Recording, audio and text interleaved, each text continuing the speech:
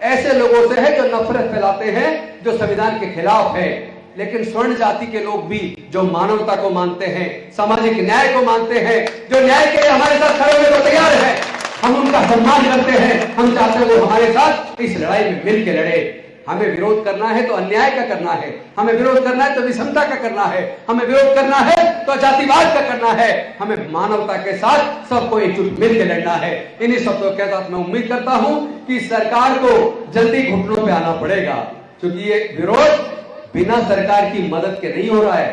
क्योंकि ये कानूनी तरीके से मूर्ति लगने वाली थी, सर्वोच्च न्यायालय हाईकोर्ट के चीफ जस्टिस ने इसको परमिशन दिया, बिल्डिंग कमेटी ने इसको पास किया, राज्यपाल उसमें उद्घाटन करने आने वाले थे, तो फिर विरोध कौन कर रहा है? मुट्ठी भर लोग। सरकार क्या इतनी कमजोर हो गई कि कुछ गुंडों के सामने घुटने टेकते, या फिर सरकार के इशारे पे विरोध हो रहा है?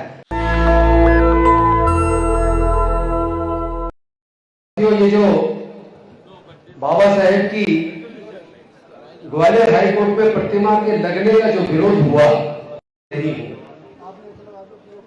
ये पहली बार नहीं हुआ है। ये लड़ाई विचारधारा की है।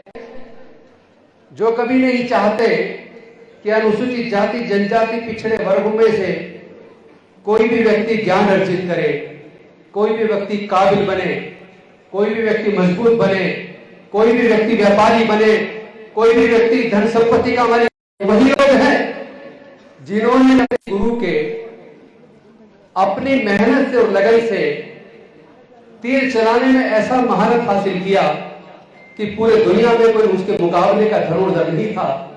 तो उन्होंने छल कपट से द्रोणाचार्य जी ने उस वक्त एकलव्य का अंगूठा काट लिया था। और ऐसे गुरुओं को हमारे देश की सरकार ऐसे लोगों के नाम पर गुरु के रूप में पुरस्कार देती है। सरकार की ही मानसिकता समझ लीजिए कि ये वही सरकार है जिस सरकार के रहते जोधपुर हाईकोर्ट में मनु की मूर्ति लगी, और ये वही सरकार, वही विचारधारा। क्योंकि जो लोग अपना इतिहास नहीं जानते वो कभी इतिहास नहीं बना सकते। हमारे लोगों को अपना इतिहास जानना होगा, अपना इतिहास पढ़ना होगा। संविधान बना रहे थे और संविधान बनाने के बाद जब संविधान लागू हो गया और एक कानून मंत्री के तौर पर वो हिंदू कोड बिल लेकर आए। वो हिंदू कोड बिल क्या था? आप सब जानते हैं कि हिंदू महिलाओं को अगर पति जवानी में मर जाए तो महिलाओं को दूसरी शादी करने का हक नहीं था।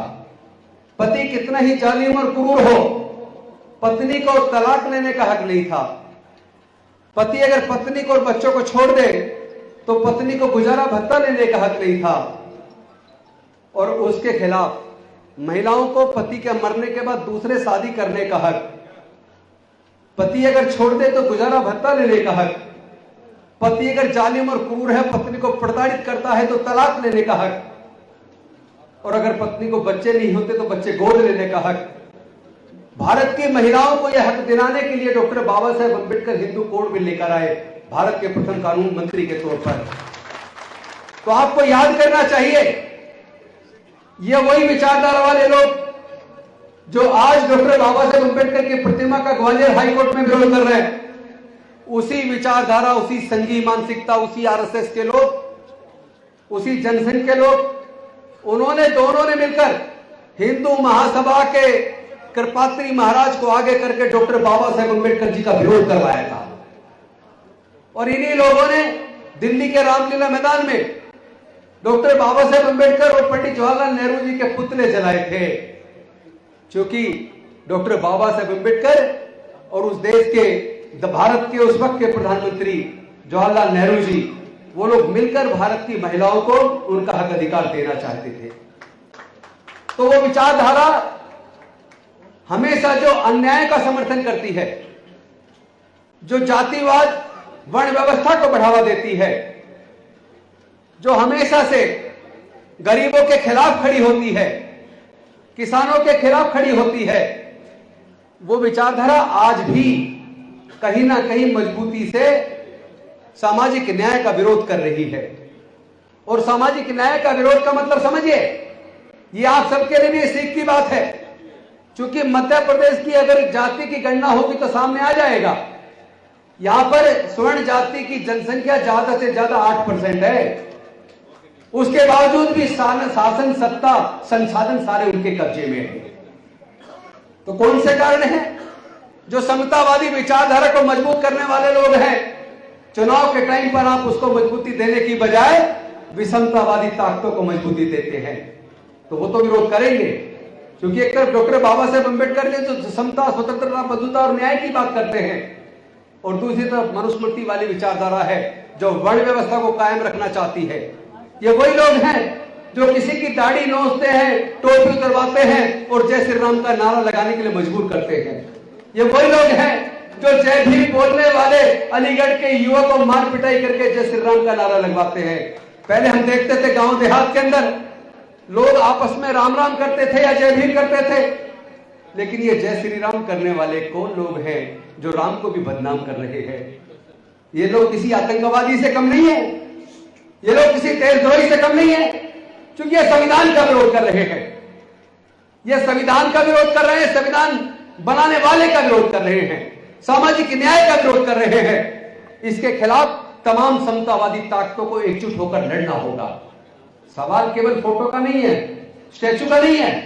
स्टैचू तो आप कितनी बार तोड़ देते हैं, आप कितनी बार स्टैचू तोड़ेंगे, कितनी हमारे साहित्य को जलाएंगे। आप डॉक्टर बाबा साहेब अम्बेडकर की स्टैचू को तोड़ सकते हैं, लेकिन डॉक्टर बाबा साहेब अम्बेडकर की विचारधारा को नहीं तोड़ सकते। और दूसरी बात, डॉक्टर साहब ने बिल्कुल सही कहा कि आपका यही हाल रहा, बहुत जल्दी आप अल्पसंख्यक होने वाले हैं, आप अल्पमत में आ जाएंगे, क्योंकि आपकी इसी जातिवादी अमानवीय व्यवस्था की वजह से आपका धर्म भारत में भी खतरे में है। भारत से बुद्ध का धर्म पूरे दुनिया में गया, पूरे दुनिया ने स्वीकार किया, लेकिन आपको स्वीकार क्यों नहीं किया? क्योंकि आपके अंदर न्याय की भावना नहीं है। आप औरत मर्द में पक्षपात करते हैं, इंसान इंसान में पक्षपात करते हैं, कहीं जाति के नाम पर, कहीं धर्म के नाम पर उन्माद करते हैं। देश के अंदर दंगे का वातावरण बना दिया है, अलग अलग धर्मों के लोगों में भय का माहौल पैदा कर दिया है। अरे आप क्या पाकिस्तान से और चाइना से लड़ेंगे? आप तो अपने भाइयों से ही लड़ने में मशगूल हैं। आप तो अपने समाज के लोगों को ही साथ नहीं रह सकते। एक तरफ कहते हैं कि हिंदू धर्म खतरे में है, जब आप अपने ही जो अनुसूचित जाति, जनजाति और पिछड़े वर्ग के लोगों को प्रताड़ित करेंगे, तो फिर तो आप खतरे में रहेंगे। निश्चित तौर पर मानवता जीतेगी, अमानवीयता हारेगी। सामाजिक न्याय की जीत होगी, आज नहीं तो कल। लेकिन इसके लिए आपको, हमें सबको, चूंकि केवल गाली देने से काम नहीं चलेगा। आपको यह भी याद रखना चाहिए कि जब सावित्रीबाई फूले महिलाओं को पढ़ाती थी, जिसका विरोध हुआ, तो उनको पढ़ाने में मदद करने वाले कुछ ब्राह्मण अध्यापक भी थे।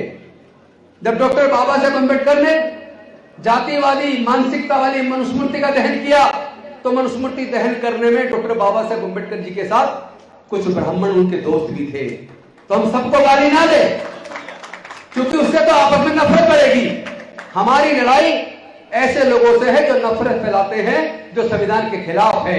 लेकिन स्वर्ण जाति के लोग भी जो मानवता को मानते हैं, सामाजिक न्याय को मानते हैं, जो न्याय के लिए हमारे साथ खड़े होने को तैयार है, हम उनका सम्मान करते हैं। हम चाहते हैं वो हमारे साथ इस लड़ाई में मिल के लड़े। हमें विरोध करना है तो अन्याय का करना है, हमें विरोध करना है तो विषमता का करना है, हमें विरोध करना है तो जातिवाद का करना है। हमें मानवता के साथ सबको एकजुट मिलकर लड़ना है। इन्हीं शब्दों के साथ मैं उम्मीद करता हूं कि सरकार को जल्दी घुटनों पे आना पड़ेगा, क्योंकि ये विरोध बिना सरकार की मदद के नहीं हो रहा है।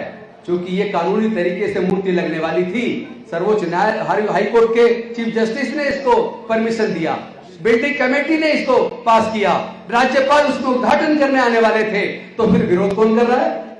मुट्ठी भर लोग। सरकार क्या इतनी कमजोर हो गई कि कुछ गुंडों के सामने घुटने टेकते, या फिर सरकार के इशारे पे विरोध हो रहा है? ये आपको समझना पड़ेगा। तो हम सब लोग मिलके बाबा साहेब की मूर्ति को तो लगाएंगे, साथ में ऐसी नफरत पैदा करने वाली ताकतों को भी हराएंगे। बहुत बहुत धन्यवाद, शुक्रिया। जय भीम, जय भारत, जय संविधान, जोहार। नेशनल दस्तक की आपसे गुजारिश है कि अगर इसको बचाना चाहते हैं तो नेशनल दस्तक को सब्सक्राइब करने के लिए रेड कलर के सब्सक्राइब बटन को दबाएं, फिर बेल आइकन की घंटी दबाएं। नेशनल दस्तक को बचाने के लिए बहुत जरूरी है कि हर खबर को शेयर करें, लाइक करें, कमेंट जरूर करें।